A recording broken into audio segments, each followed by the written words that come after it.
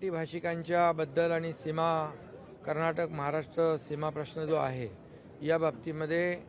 शिवसेनेची भूमिका बाळासाहेब हिंदू हृदय सम्राट बाळासाहेबांची भूमिका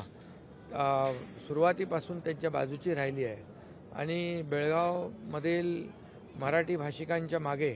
शिवसेना खंबीरपणे उभी आहे आणि सरकार देखील महाराष्ट्र सरकारने देखील एक मताने ठराव करून त्यांना पाठिंबा दिलेला आहे आणि बेळगाव संदर्भामध्ये माझी भूमिका देखील जिव्हाळ्याची आहे कारण 1986 साली जे आंदोलन झालं त्यामध्ये देखील सीमा आंदोलनामध्ये मी बेळगावच्या तुरुंगात देखील होतो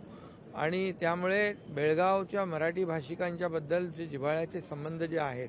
ते गेल्या अनेक वर्षापासूनचे आहेत आणि मी जेव्हा मुख्यमंत्री होतो त्यावेळेस देखील केंद्रीय गृहमंत्री अमित शाह साहेबांनी एक महाराष्ट्राचा मुख्यमंत्री आणि कर्नाटकचा मुख्यमंत्री यांची एक संयुक्त बैठक बोलवली होती आणि त्या बैठकीमध्ये देखील हे प्रकरण सर्वोच्च न्यायालयामध्ये न्यायप्रविष्ट असल्यामुळे या ठिकाणी मराठी भाषिकांवर कुठलाही अन्याय होऊ नये अत्याचार होऊ नये अशा प्रकारची भूमिका कर्नाटक सरकारने घ्यावी अशा प्रकारच्या देखील स्पष्ट सूचना केंद्रीय गृहमंत्री अमित शाह साहेबांनी केल्या होत्या आणि आज खरं म्हणजे दुर्दैवी प्रकार आहे मराठी भाषिकांचा मेळावा महाराष्ट्र एकीकरण समितीने आयोजित केला होता आणि तो मेळावा होऊ नये याचा पुरेपूर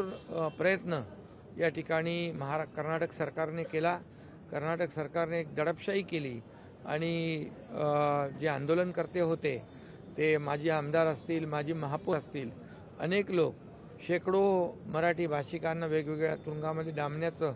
दुर्दैवी प्रकार त्या ठिकाणी केलेला आहे आणि म्हणून याचा मी जाहीर निषेध करतो धिक्कार करतो आणि आज वरिष्ठ सभागृहात विधान परिषदेमध्ये देखील सरकारची भूमिका आणि शिवसेना पक्षाची भूमिका मी मांडली मुख्यमंत्री महोदयांनी देखील सरकारची भूमिका मांडलेली आहे त्यामुळे सरकारची भूमिका एकच आहे की कर्नाटकमधील मराठी भाषिकांच्या पाठीशी महाराष्ट्रातली 12.5 कोटी जनता पूर्णपणे खंबीरपणे उभी आहे आणि जे सर्वोच्च न्यायालयामध्ये प्रकरण सुरू आहे यासाठी देखील महाराष्ट्र सरकारच्या वतीने अनेक तज्ज्ञ वकिलांची फौज काम करते आहे आणि आणखी जे काही करावं लागेल ते आपण करू त्याचबरोबर सीमावर्ती भागामध्ये देखील अनेक शैक्षणिक संस्था आहेत त्यांना मुख्यमंत्री निधीतून अनुदान देखील आपण दिलं त्याचबरोबर मुख्यमंत्री सहायता निधीमधून देखील आपण त्या भागातल्या लोकांना सुविधा उपलब्ध करून दिली जेणेकरून मराठी भाषिकांना न्याय मिळेल आणि म्हणून मराठी भाषिकांच्या मागे पूर्णपणे महाराष्ट्र खंबीरपणे उभा आहे त्याचबरोबर एक दुसरा प्रकार मुख्यमंत्री महोदयांनी सांगितलं की त्यांच्या सभागृहामध्ये स्वातंत्र्यवीर सावरकरांची प्रतिमा जी आहे ही काढण्याच्या बद्दल प्रयत्न सुरू आहे त्या बाबतीत देखील त्यांचा निषेध करावा तेवढा थोडा आहे आणि स्वातंत्र्यवीर सावरकर फक्त महाराष्ट्राचे नाही तर अवघ्या देशाचे स्वातंत्र्यवीर सावरकर यांनी या देशासाठी जो त्याग केलेला आहे याचा जे काही जाणीव कर्नाटक सरकारने देखील ठेवली पाहिजे आणि आपल्या सभापती नीलमताई गोरे यांनी देखील स्वतः सांगितलं आहे की तिकडच्या सभापतींना कळवून या ठिकाणी ती स्वातंत्र्यवीर सावरकरांची प्रतिमा काढू नये अशा प्रकारचा आवाहन देखील त्यांनी केलं आहे आणि सरकार देखील या भूमिकेशी सहमत आहे आणि म्हणून स्वातंत्र्यवीर सावरकरांचा अपमान करणारे देखील कर्नाटक सरकारचा मी या ठिकाणी धिक्कार करतो निषेध करतो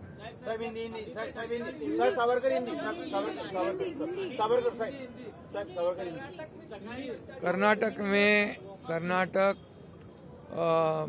में आज जो मराठी भाषिक है उन्होंने मराठी भाषिक लोगों का एक सम्मेलन लिया था और इसमें कोई इस देश में कोई भी कहीं भी रह सकता है कहीं भी जा सकता है कहीं भी ऐसी मीटिंग कर सकता है सम्मेलन ले सकता है लेकिन यहाँ कर्नाटक सरकार ने जो दमन चक्र चलाया जो उनकी जो सम्मेलन है उसे लेने वाले जितने भी लोग हैं मराठी भाषिक मराठी एकीकरण समिति के कई माजी आमदार हैं माजी महापौर हैं इनको और 100 से ज़्यादा लोगों को मराठी भाषिक भाई और बहनों को अरेस्ट करने का पाप किया है, इसका मैं धिक्कार करता हूँ, निषेध करता हूँ। और मराठी भाषिक जनता जो है वहाँ पर उसके पीछे शुरू से हिंदू हृदय सम्राट बाला साहेब ठाकरे जी ने भूमिका ली थी, वही भूमिका हमारी भी है, वही भूमिका हमारी सरकार की भी है। और पूरे 12.5 करोड़ जनता ये कर्नाटक में रहने वाले हमारे मराठी भाषिक जो है उनके पीछे खंभीरता से उभी है, खड़ी है। और उनके लिए कई ऐसे स्कूल हैं, उनको भी अनुदान देने का काम किया है, कई लोगों को आरोग्य सुविधा देने का काम हमारी सरकार ने किया है। इसलिए सरकार की भूमिका स्पष्ट है। इसमें हमारे केंद्रीय गृह मंत्री अमित भाई शाह, इन्होंने भी, मैं जब मुख्यमंत्री था तब मुझे और कर्नाटक के मुख्यमंत्री दोनों को बुलाया था। और ये जो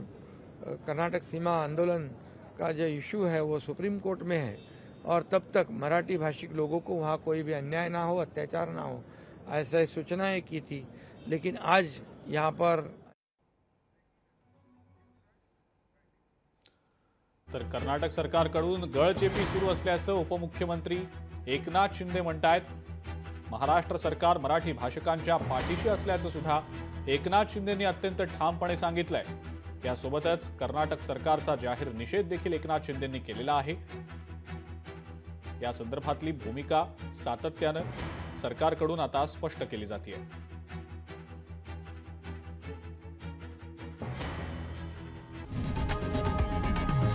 लोकशाही मराठी ऐका, पहा,